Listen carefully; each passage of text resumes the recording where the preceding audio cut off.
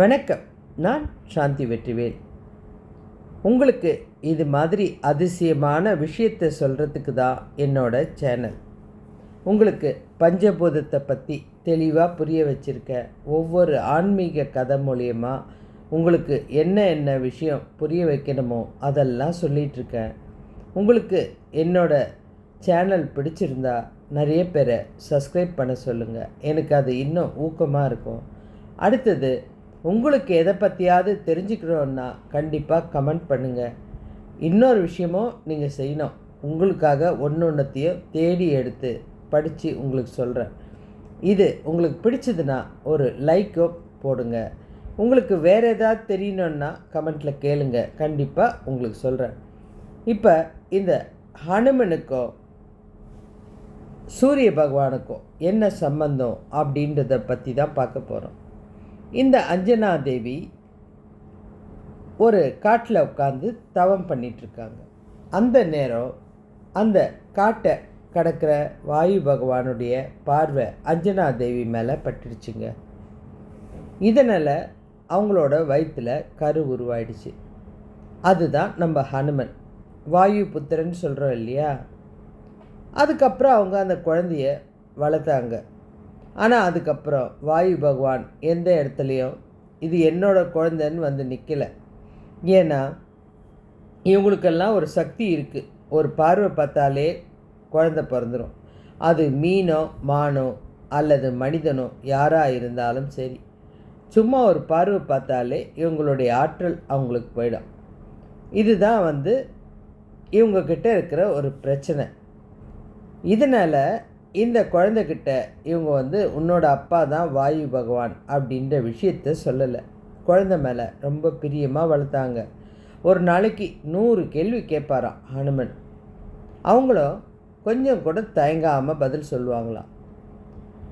பழம் பறிக்கிறதுக்காக அஞ்சனாதேவி வெளியில் போகும்போது ஹனுமன் ஒரே தொல்லை. ஏன் நீ தான் போய் பழம் பறிக்கணுமா? நீ வீட்டில் உட்காரு, உனக்கு தேவையானதை நான் கொண்டு வந்து தரேன். உன்னை ஒரு பிள்ளைன்னா அம்மாவை பார்த்துக்கணும் இல்லையா அப்படின்னாராம். நீ சின்ன குழந்தைப்பா, இப்போ அதெல்லாம் பண்ணக்கூடாது. நீ இங்கேயே உட்காந்துரு, அம்மா போய் பழம்லாம் எடுத்துகிட்டு வரேன், எங்கேயும் போகாத அப்படின்னாங்களாம். இவர் அப்பவும் கேட்கல. இல்லைம்மா, நான் போய் எடுத்துகிட்டு வரேன் அப்படின்னு. எங்கேயே போகக்கூடாது, இங்கே தான் உட்காரணும், ஆனால் முக்கியமாக மேற்கு பக்கம் மாத்திரம் போகக்கூடாது அப்படின்ட்டு அவங்க போயிட்டாங்க. எப்போவுமே எதை செய்யக்கூடாதுன்னு ஒருத்தர்கிட்ட சொல்கிறோமோ அதை கண்டிப்பாக செய்கிற முயற்சி அதிகமாக இருக்கும். அதனால தான் சிலர் நல்லா வரணுன்னா நம்ம இந்த கான்செப்ட் தான் கையில் எடுப்போம். உன்னால் முடியாது, நீ செஞ்சுட்டு பார்க்கலாம் அப்படின்னா ஒரு வெறி வந்துடும். இதை செஞ்சே ஆகணும் அப்படின்னு. அதை புரிஞ்சுக்கிட்டவன் பயிற்சி பண்ணுவான். சிலவன் என்னை இன்சல்ட் பண்ணுறியா, என்னால் முடியாதுன்னு அப்படியே உக்காந்துருவான். இப்போ இவர் என்ன பண்ணார், மேற்கு பக்கம் அப்படியே பார்த்துட்ருக்காரு. சூரியன் சாயங்கால நேரம் அப்படியே கீழே இறங்குது. நல்லா செக்கச்சவேன்னு இருக்கிறதுனால அது ஒரு பழம் மாதிரி அவர் கண்ணுக்கு தெரியுது. அதை பார்த்ததுமே அவருக்கு ரொம்ப ஆசை வந்துச்சு. இவ்வளோ பெரிய பழத்தை எடுத்துகிட்டு போய் அம்மா கிட்ட கொடுத்துட்டோம்னா எவ்வளோ சந்தோஷப்படுவாங்க. என்னால் முடியாதுன்னு சொன்னாங்களே, ஆனால் நான் இதை செஞ்சு காமிக்கிறேன் அப்படின்னு அந்த குழந்தை வேகமாக சூரியனை நோக்கி பறக்க ஆரம்பிச்சுது. அது வரைக்கும் அந்த குழந்தைக்கு பறப்போன்றதே தெரியாது. பறந்து மேலே போக ஆரம்பித்தவுடனே இதை இந்திரன் பார்த்துட்டாரு. ஏன்னா விண்ணுலகத்தில் இருக்கிற எல்லா விஷயத்தையும் அவர் தானே பராமரிக்கிறாரு. அதனால் அவர் பார்த்துட்டாரு. பார்த்த உடனே யாரா அது நம்ம சூரியனை நோக்கி வர்றது, இது தவறாச்ச, ஏதோ ஒரு விலங்கு மாதிரி இருக்க, இதை சும்மா விடக்கூடாது அப்படின்னு வஜ்ராயுதத்தை எடுத்து அவரை நல்லா தாக்க வச்சிட்டாரு. அந்த அடி தாடையில் பட்டதுனால அவருடைய தாடெல்லாம் செதஞ்சி அப்படியே மயங்கி கீழே விழுந்துட்டார். அதை பார்த்ததுமே அஞ்சனாதேவி அவரை கொண்டு போய் ஒரு குகையில் வச்சுட்டு அழ ஆரம்பிச்சிட்டாங்க. என் குழந்தை இப்படி தாக்கப்பட்டிருக்க, காப்பாற்ற யாருமே இல்லையான்னு. அப்போ தான் இது வாயு பகவானுக்கு தெரிஞ்சுது. தாக்கப்பட்டது தன்னுடைய குழந்தை தான் அப்படின்னு தெரிஞ்சதுமே அவர், என் குழந்தை யார் தாக்குனது, வாயு புத்திரனை யார் தாக்குனது அப்படின்னு கேட்டார். அப்போ தான் இந்திரனுக்கு தோணுச்சு, வாயு புத்திரனா, வாயு பகவானுடைய பையனா இவர், தேவையில்லாமல் நம்ம இந்த வேலையை பண்ணிட்டோமே அப்படின்னு யோசித்தார். உடனே என்ன பண்ணாங்க, எப்படியும் இது பிரச்சனை வரும் அப்படின்னு யோசிக்கிறதுக்குள்ள உலகத்தில் விண்ணுலகம் மண்ணுலகம் எல்லாத்துலேயும் காற்றை அப்படியே நிப்பாட்டிட்டார். யாராலையும் மூச்சு விட முடியல.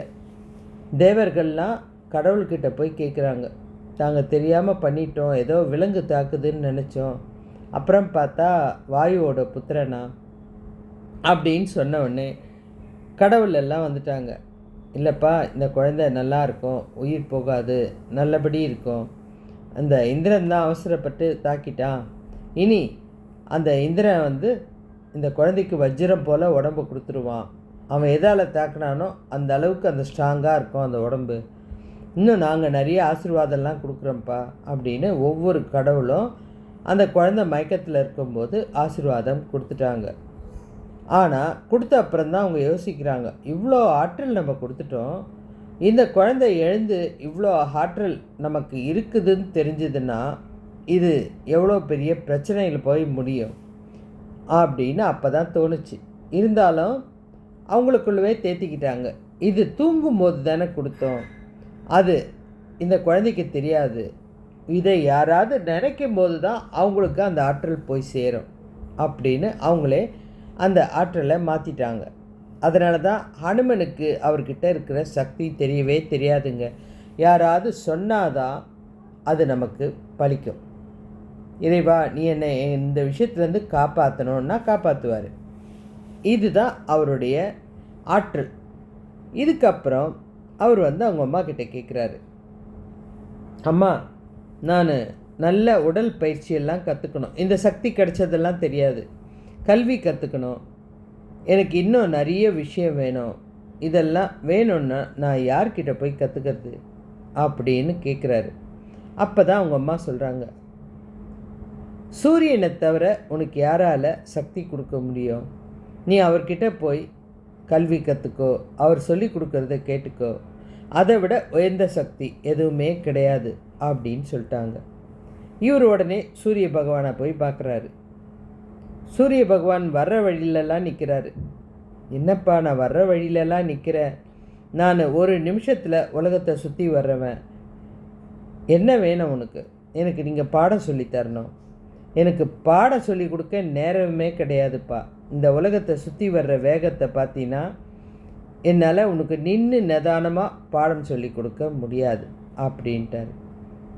உடனே ஹனுமன் சொன்னார், சரி குருவே, ஆனால் நீங்கள் தான் என்னுடைய குரு, நீங்கள் என்ன வேணாலும் பாடம் சொல்லி கொடுக்குவேன், ஆனால் நீங்கள் வரீங்கல்ல அந்த தேருக்கு முன்னாடி அதுக்கு இணையாக பின்னோக்கி நான் போகிறேன், ஓடுறேன், அப்படியே நீங்கள் என் முன்னோக்கியே எல்லா பாடத்தையும் சொல்லி கொடுங்க, நான் கற்றுக்குறேன், எனக்கு ஒரு கல்வி வேணும்னா எப்படி வேணாலும் கற்றுப்பேன் அப்படின்னு இந்த சூரிய வருது இல்லையா, அதுக்கு முன்னாடி பின்னோக்கி போன மாதிரியே அவர் எல்லா கலையும் கற்று முடிச்சிட்டாரு. அதுக்கப்புறம் தினம் வந்து அந்த சூரியனை பார்க்க வேண்டியது. குருவே, உங்களுக்கு ஏதாவது காணிக்க வேணுமா, எனக்கு இவ்வளோ கலை கற்றுக் கொடுத்தீங்களே அப்படின்னு சொல்லும்போது சூரியன் வந்து சிரிச்சுக்கிட்டே, நான் எங்கப்பா கற்றுக் கொடுத்தேன், நான் சொன்னதெல்லாம் போய்கிட்ட போகிற போக்கில் சொல்லி கொடுத்தேன், ஆனால் உனக்கு ஆர்வம் இருந்ததுனால எனக்கு முன்னாடி நடந்துக்கிட்டே கேட்டேன், உன்னுடைய முயற்சி தான் அதுக்கு காரணம் தவிர நான் கிடையாது. இல்லை குருவே, உங்களுக்கு நான் ஏதாவது காணிக்க கொடுத்தா தானே இந்த சக்தி எனக்கு பெருகும், பயங்கர ஆற்றலாக இருக்கும் அப்படின்னு அவர் சொல்கிறாரு. தினம் வர வேண்டியது, குருவே உங்களுக்கு குருதட்சிணை வேண்டாமா, நான் கொடுக்குறேன் உங்களுக்கு அப்படின்னு, எனக்கு விருப்பப்பட்டபடி நான் கொடுக்குறேன் அப்படின்றார். சரி, உன் இஷ்டம் போல் கொடு, நீங்கள் எனக்கு எப்படியெல்லாம் கற்றுக் கொடுத்தீங்களோ பாடத்தை, நான் அப்போ வந்து எப்படியெல்லாம் நான் அதை உங்ககிட்ட கேட்டேன், அதாவது சாதாரணமாக நிற்கிறவங்க கிட்ட கேட்குறது வேற, ஒரு முன்னோக்கி ஓடி வரும்போது இவர் தன்னை எப்படியெல்லாம் வளைச்சா அந்த வார்த்தையெல்லாம் கேட்க முடியும், அதுதான் இந்த சூரிய நமஸ்காரம் முறை. நீங்கள் பார்த்தீங்கன்னா நம்ம செய்கிற ஒவ்வொரு செயலும் ஹனுமனாக நினச்சி பண்ணி பாருங்க, கண்டிப்பாக ஒரு வானரம் எப்படி கற்றுக்க முடியுமோ அதுதான் இந்த 12 கலைகள்.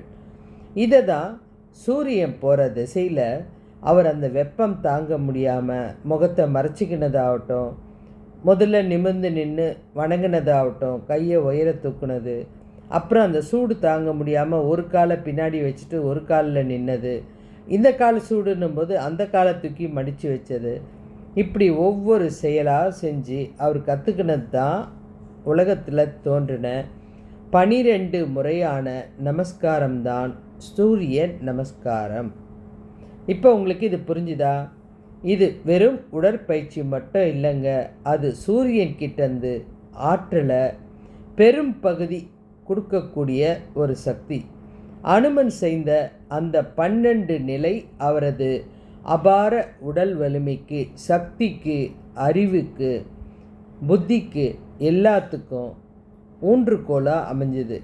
யோகாச்சாரியார் அப்படின்னு ஹனுமனுக்கு அந்த பேரும் சூரியன் கொடுத்தாரு.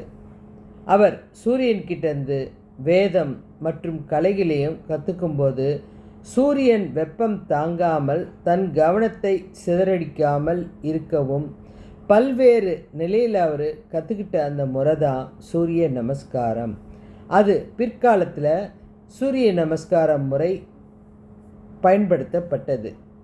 இதை நீங்கள் எப்படி செய்யணுன்னா, உங்களுடைய கல்வி வளர்ச்சிக்கு, உங்கள் உடல் வலிமைக்கு, உங்கள் மனசோட அதாவது சக்திக்கு எல்லாத்துக்குமே என்ன பண்ணணுன்னா, அந்த சூரிய உதயத்தில் நீங்கள் இதை பண்ணுறது அவ்வளோ சக்தி வாய்ந்ததுங்க. இந்த சக்தி பிரபஞ்சத்துடைய மொத்த ஆற்றலையும் பெற்றுத்தரக்கூடியது. அனுமன் சூரிய நமஸ்காரம் செய்ய தொடங்கினது இதுதாங்க. இதில் அவ்வளோ சக்தி இருக்குதுங்க. இந்த ஒரே ஒரு 12 அந்த ஸ்டெப்பையும் நீங்கள் பயன்படுத்திட்டீங்கன்னா உங்கள் உடல் பயங்கரமாக வஜ்ரம் மாதிரி நல்லா ஸ்ட்ராங்காக இருக்கும். ஒரு நாளைக்கு ஒரு 10-20 வாட்டியாவது செய்யணும். நீங்கள் இதை பயிற்சி பண்ணுங்கள், ரொம்ப நல்லாயிருக்கும். வேறு ஒரு தலைப்பில் பார்க்கலாம். நன்றி.